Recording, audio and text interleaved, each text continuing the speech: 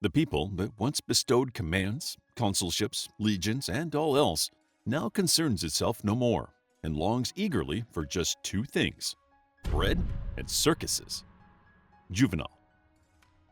Panem et circenses, or bread and circuses, may seem like an apt description of modern consumer culture, but it was used to describe Romans. Put gladiators in the Colosseum, and suddenly you have a spectacle to energize the people and drum up some populist support. It has been hard for historians to reconcile the greatness of Rome with the cruelty of the arena. On the one hand, the Romans were intelligent empire builders. They could conquer just as easily as they could establish sensible laws and practice virtuous philosophies. Yet these highly civilized people had no issue with two men killing each other to the excited shouts of their fellow Romans in the arena. Even if the Roman games did not involve direct combat, certain elements of cruelty were still in place. For instance, chariot races forced drivers to compete on a track at high speed, and the main draw for spectators was the last lap, when charioteers would try to drive each other off the road. Charioteers were often flung headlong from their chariots and were killed or maimed as a result. The Romans took the idea for public games from their neighboring regions. We know that in 776 BCE, the Greeks started playing games at Olympia, also known as the ancient Olympic Games. However, unlike the Greeks, the Romans were often unnecessarily violent. This violence can be attributed to the different nature of their civilization. While the Greeks were known for their refinement, the Romans were conquerors. In their heyday, their military might was unparalleled. Their violent tendencies can probably be understood by their penchant for war and combat. Let us delve into 7 facts that you don't want to know about the Roman games. Funeral entertainment. Yes, the Greeks were known for the Olympic Games, but the Roman games started as a form of elite funeral rites. You heard that right. The Roman gladiatorial games were probably influenced by the Etruscans and Campanians. The Romans went toe-to-toe with the Etruscans in the Roman-Etruscan Wars in the 3rd century BCE. All in all, the Italian states had a complex relationship with each other, and Rome, known for its military might, had captured them. This exposed them to newer ideas and social dimensions, including the idea of posh funeral games. Whenever an individual from an elite household passed away, the family set up costly feasts and entertainment after the funeral. The purpose of this exercise was to show off their lavish lifestyle so that the deceased could be portrayed in a good light. The gladiator games grew from this particular ritual of the upper classes and descended through the social ladder to become the go-to sport for the average Roman. The gladiators were not men who wanted to fight, but rather men who were forced to fight. This first wave of gladiators in Rome was called the bustuari, a word related to death and graves. The name seemed fitting, since the gladiators were introduced as part of the last rites ceremony to honor deceased Roman elites. In the early days, many of these memorial matches didn't occur in an arena or the Colosseum, but rather took place in the cattle market, or as the Romans called it, the Forum Boarium. Gamble your savings away. When you have competition, gambling follows. Ancient Rome was no different, and even had a patroness of gambling, known as Fortuna. People would sacrifice objects and present offerings to the goddess in hopes of turning their luck. It is believed that Emperor Augustus lost 30,000 sesterces when gambling on a match at the Colosseum. Gambling was widespread across all social classes, from the richest of the rich to the poorest of the poor. It was Rome's favorite pastime. If there was an exception, it was women, who were not allowed to participate due to the patriarchal nature of Roman society. Not only would people gamble on gladiatorial contests and chariot races, but they would also gamble on board games. Board games with dice became popular not only in ancient Rome, but also in the regions they conquered. For most of the Republican and Imperial eras, gambling was prohibited in Rome. People often get emotional during their gambling and behaved inappropriately, which led to riots and violence. While disputes during gambling are common today, the old Romans had other issues. Using loaded dice was one of the most common scams, and there were other scams which some people referred to as magic. The ban on gambling was the officials' way of curbing a nationwide addiction. Even though it was banned, those with power and authority, like Augustus, carried on gambling with no repercussions. Circus Maximus. The only peaceful pastime of the early Roman games was the presentation of exotic animals in the Circus Maximus. In the early days, just the sight of an elephant or a lion or two was enough to get the crowds excited. But eventually, bloodshed was required here as well. And so, large-scale hunting was demonstrated before the masses, and beast matches were arranged. The animal hunts in the morning served as a warm-up for the events that would be attended by the majority of citizens later in the evening. Nevertheless, Roman authorities always made sure that the hunting games were elaborate and entertaining all the same. Wild beasts were made to fight each other, as well as hapless humans. Roman spectators could watch a crocodile take on a lion one moment, then see a bull charge a defenseless prisoner the next.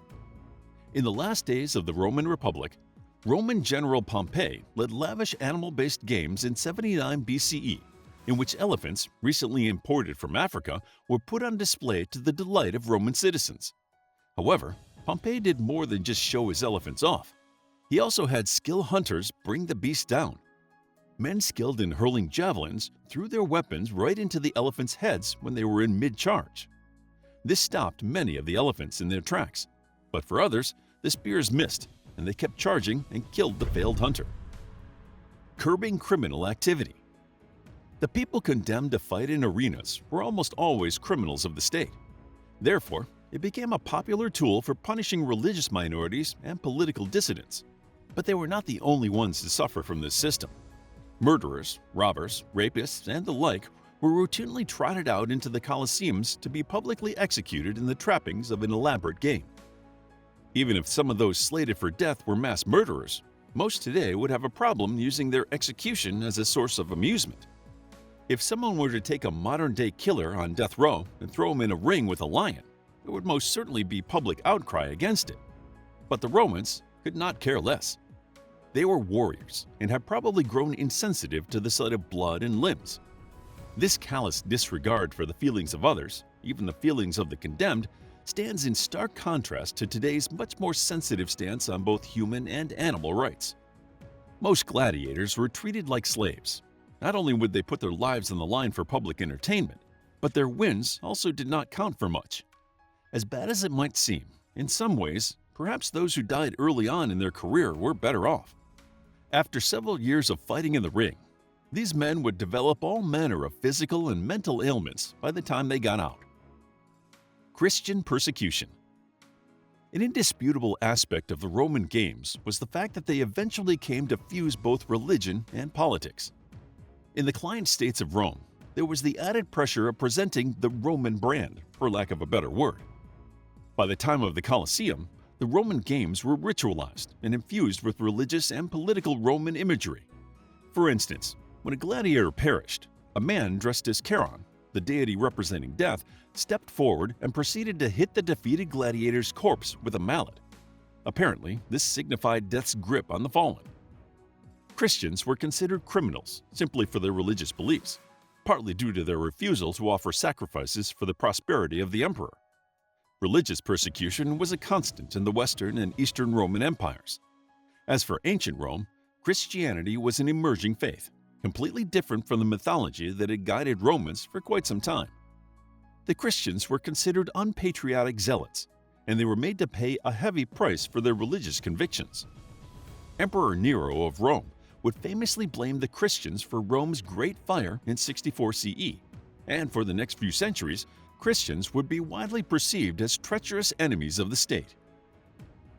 Grotesque renditions. As the theatrical appearance of Charon implies, the Romans were big fans of dramatic acts.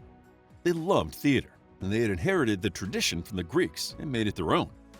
But once they were made part of the Roman games, the length that the Romans would go to in their dramatic arts was startling. The Romans often reenacted famous plays in the arena, with prisoners playing the part of condemned characters. Having a condemned man portray Hercules was a fan-favorite spectacle. At first glance, it might have seemed nice for a prisoner to be able to play a Greek hero like Hercules. But the end for Hercules was not very pretty. According to Greek and Roman myths, Hercules' body is burnt. The grand finale of a portrayal of Hercules by the condemned would end in such a manner. People also loved reenactments of the myth of Orpheus, who supposedly could soothe the savage beast. Promoters would allow for reenactments that would put a condemned individual into the role of Orpheus, who was then forced to play the lyre in front of authentically savage beasts, who would tear them to pieces. Till death. Sine missione, or without mercy, was a common one-liner in advertisements. Gladiators had to fight until the death. But this created a serious problem. In every fight, one man would die, reducing the numbers of total gladiators. Gladiators often belonged to a lower class, so finding more people for the role was not difficult. However, the problem kept rising until it reached a point of no return. There was a shortage of gladiators. To tackle this, Augustus banned the idea of sine missione to alleviate the situation. Given the Roman penchant for bread and circuses, he was sure that the issue could potentially get out of hand. According to estimates, almost 500,000 people lost their lives inside the Colosseum. The Roman Empire was an empire that spanned continents and held far-flung regions together with both its might and its rule of law. For such a legalistic society, it is indeed rather shocking to learn of all the abuses that took place in the famed arenas. Only when Christianity became the dominant force in Rome did Roman intellectuals begin to seriously question the Roman games. When they finally began to wonder why the spilling of all this blood was necessary, the games were no more. To learn more about 7 facts you don't want to know about the Roman games, check out our book, The Roman Games, a captivating guide to the gladiators, chariot races, and games in ancient Rome. It's available as an ebook, paperback, and audiobook. Also, grab your free mythology bundle ebook while they're still available. All links are in the description. If you enjoyed the video, please hit the like button and subscribe for more videos like this.